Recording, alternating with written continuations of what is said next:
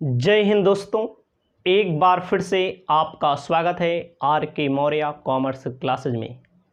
इस वीडियो के माध्यम से आपको जर्नल एंट्री सिखाने जा रहे हैं। इसके पहले मैंने आपको जर्नल एंट्री के नियम बता दिए हैं। नियम आपको याद होना चाहिए। एक एक जर्नल एंट्री हम आपको सिखा देंगे, इसकी गारंटी है। लेकिन आपको जल्दबाजी में नहीं सीखना है, आराम आराम से एक एक वीडियो को कंप्लीट करना है और पूरा कंप्लीट करना है। आपको ध्यान देना है इस वीडियो के माध्यम से। जो मैं जर्नल एंट्री बताने जा रहा हूं, हमारे पास जो बुक है राजीव बंसल साहित्य भवन SK सिंह की बुक है, लेखक है। अन्य राइटर की बुक का भी आपको उपलब्ध करा देंगे, इसकी भी गारंटी लेते हैं। लेकिन इस वीडियो में और इस पूरे सेक्शन में जो भी वीडियो मिलेंगी SK सिंह का आपको मिलेगा। आपको मैं बताना चाहता हूं, सबसे पहले आपको कोई भी क्वेश्चन करना होगा, कोई भी जर्नल एंट्री करनी होगी तो आपको लिखना पड़ेगा जर्नल एंट्री। चाहे आप हिंदी मीडियम के स्टूडेंट होंगे, चाहे आप इंग्लिश मीडियम के स्टूडेंट होंगे, जर्नल एंट्री आपको ऐसे ही लिखनी पड़ेगी। और मैं आपको बता दूं, इसमें जर्नल एंट्री का कॉलम भी बनता है और आपको बेसिक जानकारी होनी चाहिए। जर्नल एंट्री के 5 कॉलम बनते हैं। पहला डेट का होता है, दूसरा पार्टिकुलर का होता है, तीसरा लेजर फोलियो का होता है, चौथा अमाउंट डेबिट और पांचवा अमाउंट क्रेडिट का होता है। आपको एक बार फिर से ध्यान देना है, जर्नल एंट्री के 5 कॉलम बनते हैं। ऐसे जर्नल एंट्री के कॉलम बनाए जाते हैं।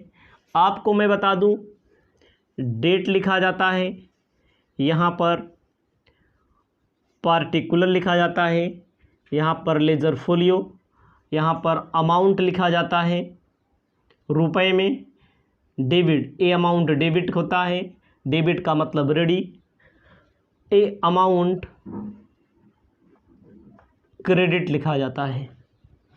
अब आपको मैं बता दूं, डेट के अंदर सबसे बड़ी खासियत होती है, सबसे पहले ईयर लिखा जाता है। जैसे मान लीजिए 2023 चल रहा है या 2022 चल रहा है, 2024 चल रहा है, जो भी चलता होगा क्वेश्चन में दिया रहेगा। सबसे पहले ईयर लिखा जाता है, उसके बाद मंथ लिखा जाता है, महीने का नाम लिखा जाता है। जैसे जून चल रहा है तो जून, मई चल रहा है तो मई, उसके बाद तारीख लिखी जाती है। याद रखिएगा, जर्नल एंट्री के 5 कॉलम होते हैं। पहला कॉलम होता है डेट का, दूसरा कॉलम होता है पार्टिकुलर का, तीसरा कॉलम होता है लेजर फोलियो का, चौथा कॉलम होता है अमाउंट डेबिट का, पांचवा कॉलम होता है अमाउंट क्रेडिट का। तो मैं यहाँ पर आपको पहला क्वेश्चन बताने जा रहा हूँ। हमारे सामने बुक है, आपके सामने स्क्रीन पर क्वेश्चन दिखाई दे रहा है। प्यार से पढ़िएगा, चाहे हिंदी मीडियम के स्टूडेंट हैं आप, चाहे इंग्लिश मीडियम के स्टूडेंट हैं आप। आपको ध्यान देना है, दिया गया है 1 अप्रैल पहला क्वेश्चन कहता है न्यूमेरिकल। पहला क्वेश्चन कहता है जर्नलाइज द फॉलोइंग ट्रांजैक्शन। मतलब कि जैसे कोई बिजनेस होता है, बिजनेस में लेन देन होते हैं तो उसको आपको जर्नल एंट्री करनी है। जर्नल एंट्री में कहता है started business with cash, goods और फर्नीचर। आपको ध्यान देना है, सबसे पहले मैंने क्या बोला, सबसे पहले आपको कॉलम बना लेना है अपनी कॉपी में। मैंने छोटा सा बनाया, आपको थोड़ा और बना लेना है। 4 ट्रांजैक्शन है इसमें, ठीक है। तो सबसे पहले ईयर लिख लीजिए। 2021 क्वेश्चन में कहा है तो 21 लिखना है, 22 कहा है तो 22 लिखना है, 23 कहा है तो 23, जो कहा रहे वो आपको लिखना है। उसके बाद आपको ध्यान देना है, कह रहा है अप्रैल का महीना है, अप्रैल का महीना है, अप्रैल के महीने में 1 अप्रैल है। और उसके बाद आपको मैं बता दूं, अप्रैल के महीने में 1 अप्रैल है और इन्होंने कहा है started business with cash, goods, furniture. याद रखना हमारे दोस्त, जो भी स्टूडेंट, हमारे छोटे बड़े जो भी हमारा वीडियो देखें, एकदम प्यार से पढ़ना है। बिजनेस स्टार्ट किया जा रहा है, बिजनेस शुरू किया जा रहा है, बिजनेस में कैश 70,000, गुड्स 20,000, फर्नीचर 5,000, इतना लगाना है बिजनेस में। तो मैंने क्या बताया था, गुड्स कैश, कैश कोई भी संपत्ति होगी, कोई एसेट्स होगी, रियल अकाउंट में आएगी। अभी पीछे मैंने बताया, कोई एसेट्स होगी रियल अकाउंट में आएगी, किसी का नाम होगा पर्सनल अकाउंट में आएगा, एक्सपेंसेस लॉसेस इनकम गेन होगा तो नॉमिनल अकाउंट में आएगा। तो क्वेश्चन में कहा है कैश, बिजनेस में कैश आ रहा है। समझिएगा, जब बिजनेस स्टार्ट किया जाता है, याद रखिएगा, जब बिजनेस स्टार्ट किया जाता है तो बिजनेस अलग होता है, ध्यान दीजिएगा, बिजनेस अलग होता है और बिजनेस स्टार्ट करने वाला अलग होता है। जब बिजनेस स्टार्ट किया जा रहा है तो बिजनेस में क्या आ रहा है, बिजनेस में कैश आ रहा है। मैंने आपको बताया है आने वाला डेबिट, डेबिट व्हाट्स कम इन, बिजनेस में जो भी एसेट्स आएगी डेबिट, बिजनेस में कैश आ रहा है तो कैश को आप डेबिट कर देंगे। याद रखिएगा, बिजनेस में क्वेश्चन में बोल रहा है गुड्स भी आ रहा है, मतलब कि गुड्स अकाउंट डेबिट। उसके बाद बिजनेस में दिया गया है फर्नीचर भी आ रहा है, ध्यान दीजिएगा, फर्नीचर अकाउंट डेबिट। समझिएगा हमारी बात, बिजनेसमैन जो है, जो बिजनेस स्टार्ट किया जा रहा है तो बिजनेसमैन बिजनेस को क्या दे रहा है, कैश दे रहा है।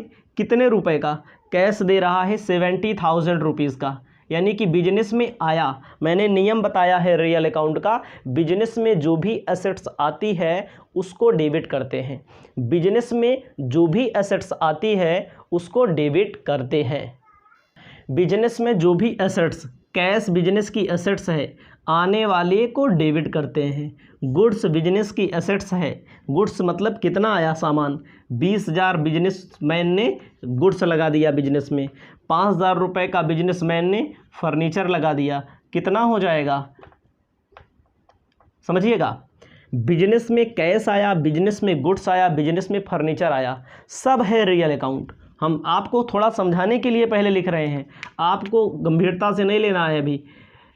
Real account, real account, real account, कौन सा नियम है, सब रियल अकाउंट है। क्यों, कोई भी संपत्ति होगी, कोई गुड्स होगा, कोई एसेट्स होगी और कोई भी कैश होगी, सबको डेबिट किया गया। क्यों, बिजनेस अलग होता है, बिजनेस का मालिक अलग होता है। कहते हैं हमसे व्यवहार है, हमारे बिजनेस से व्यवहार नहीं है। तो बिजनेस में आ रहा है कैश, बिजनेस में आ रहा है गुड्स, बिजनेस में आ रहा है फर्नीचर। मैंने कहा है डेबिट व्हाट्स कम इन, व्यापार में आने वाली रोकड़ी व संपत्तियों को डेबिट करते हैं। मैंने डेबिट कर दिया, सबको डेबिट कर दिया, कितना हो जाएगा 95,000। अब 95,000 के लिए क्या लिखा जाएगा, आपको मैं बताना चाहता हूँ। जिस कैश से, जिस एसेट्स से बिजनेस शुरू किया जाता है उसे कैपिटल का नाम दिया जाता है, पूंजी का नाम दिया जाता है। याद रखिएगा, जिस पैसे से बिजनेस शुरू किया जाता है उसे पूंजी का नाम दिया जाता है। तो इसीलिए यहाँ पर लिख दिया जाएगा टू कैपिटल। कैपिटल कौन लगाता है, कैपिटल कोई व्यक्ति लगाता है, कैपिटल से अकाउंट लिखा जाएगा, कोई व्यक्ति लगाता है। ध्यान दीजिएगा, ये जो डेबिट के सामने डेबिट लिखा जाता है हम लिख देंगे, लेकिन क्रेडिट के सामने टू लगा दिया गया। टू लगाने का मतलब क्रेडिट ऑटोमेटिक हो गया। नरेशन भी इसका होता है, नरेशन पहले आपको नहीं समझना है, नरेशन में बहुत आसान है, लिख देना है being business started with cash 70,000, goods 20,000, furniture 5,000। आपको मैंने बता दिया आने वाली संपत्ति डेबिट होती है, मैंने बता दिया आने वाली एसेट्स डेबिट होती है, debit whats come in. To capital account हमारा क्रेडिट क्यों हुआ, कि क्रेडिट इसलिए हुआ, कोई व्यक्ति है जो कैपिटल को लगाता है, यानी कि देने वाला क्रेडिट होता है। कैपिटल के लिए कहा गया है जब कैपिटल बढ़ती है, इंक्रीज होती है तो क्रेडिट, कैपिटल एक तरह की लायबिलिटी है बिजनेस के लिए, बिजनेस के लिए लायबिलिटी होती ही है। कैपिटल बढ़ती है तो डेबिट, कैपिटल घटती है तो डेबिट, क्रेडिट। आपको ध्यान देना है, सॉरी, कैपिटल बढ़ती है तो क्रेडिट, कैपिटल घटती है तो डेबिट, या यहाँ पर बढ़ रही है। कैश आया, गुड्स आया, फर्नीचर आया, सब कैपिटल है। जिस पैसे से व्यवसाय शुरू किया जाता है, जिस धन से व्यवसाय शुरू किया जाता है, सब कैपिटल होता है। हम आपको बार बार इसलिए बता रहे हैं ताकि आपको किसी से पूछना ना पड़े। नरेशन कहीं पर पूछा जाए तो नरेशन आपको लिख देना है being business started with cash. अब आपको मैं बताना चाहता हूँ, इतना लिख लीजिएगा। और दूसरी एंट्री कहती है purchase cash, sorry purchase goods cash 30,000, Meghraj 25,000। समझिएगा, जब एक एंट्री समाप्त हो जाती है तो पार्टिकुलर के खाने को ऐसे बंद कर दिया जाता है। जब एक एंट्री समाप्त हो जाती है तो पार्टिकुलर के खाने को ऐसे बंद कर दिया जाता है। ठीक है, केवल यहाँ से यहाँ तक नहीं भर करना है, केवल पार्टिकुलर को। अब अप्रैल 3 लिखा जाएगा। क्या लिखा जाएगा? अप्रैल 3 का महीना, मतलब अप्रैल का महीना है, सन एक बार लिख दिया गया है, 3 तारीख। कहना है परचेज गुड्स, इन्होंने गुड्स खरीदा है 30,000 रुपये का नकदी में। फ्रॉम मेघराज से 25,000 रुपये का खरीदा है।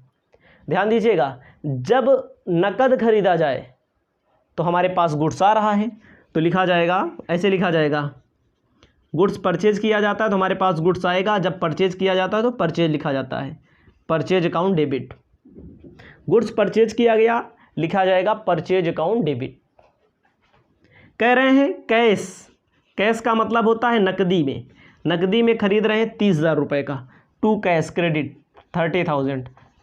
मेघराज से खरीद रहे हैं, लिखा जाएगा टू मेघराज। जो जब उधार खरीदा जाता है तो नाम लिखा जाता है मेघराज से अकाउंट, कितना लिखा जाएगा? 25,000 रुपये। समझिएगा, अगर ए केवल नगद खरीदते तो purchase account debit to cash 30,000, केवल उधार खरीदते purchase account debit to Meghraj 25,000 रुपया। टोटल कितना हो गया? टोटल हो गया 55,000। समझिएगा हमारी बात को। गुड्स खरीदा गया नगद, नगद मतलब पैसा दे करके तुरंत, तो परचेज करेंगे तो गुड्स हमारे पास आएगा, कोई बात नहीं है। जो हमारे पास आएगा डेबिट व्हाट्स कम इन, रियल अकाउंट का नियम कहता है डेबिट व्हाट्स कम इन, आने वाला डेबिट, और क्रेडिट व्हाट्स गोज आउट, मतलब कैश हमारे पास से जा रहा है, इसीलिए ये रियल अकाउंट है। कैश हमारे पास से जाने लगा, क्रेडिट कर दिया। मेघराज, मेघराज मैंने क्या कर दिया? क्रेडिट कर दिया। क्यों कर दिया? मेघराज ने उधार बेचा है हमारे लिए, मेघराज ने हमको उधार दिया है, क्रेडिट पर दिया है, इसीलिए मेघराज को क्रेडिट कर दिया गया। इसको आप अपनी कॉपी में लिख लीजिए। इसके बाद हम आपको तीसरा एंट्री बताने जा रहे हैं। 4 एंट्रियां दी गई हैं, आपको ध्यान देना है। नरेशन करना हो तो नरेशन करते हैं। Wing goods purchase on cash 30,000, on credit 25,000। Credit मतलब उधार। उसके बाद आपको मैं बताना चाहता हूं छठा नंबर, अप्रैल 6। अप्रैल 6 में कहा है sold goods for cash 12,000 to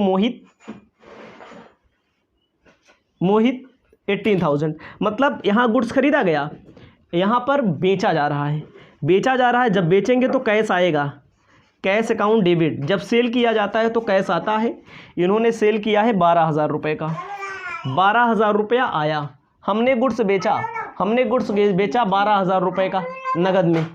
उधार में मोहित को दिया गया, ध्यान दीजिएगा, उधार में मोहित को दिया गया तो मोहित रिसीवर होगा, पाने वाला डेबिट होगा।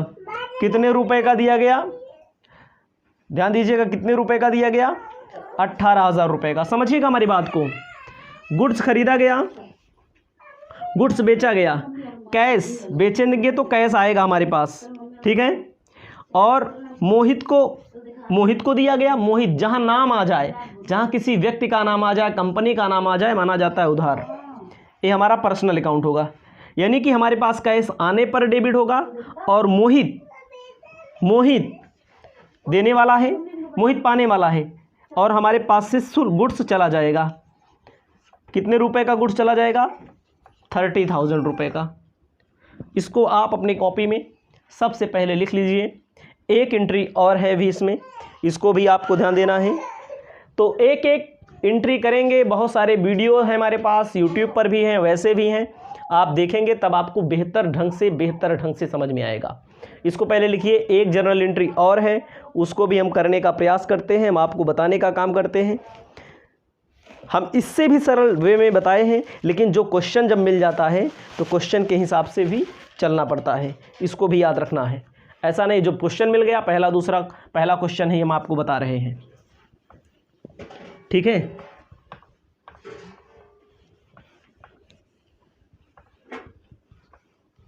ये 3 एंट्रियां मैंने कर दी। चौथी एंट्री इसी क्वेश्चन की बताने का काम करेंगे।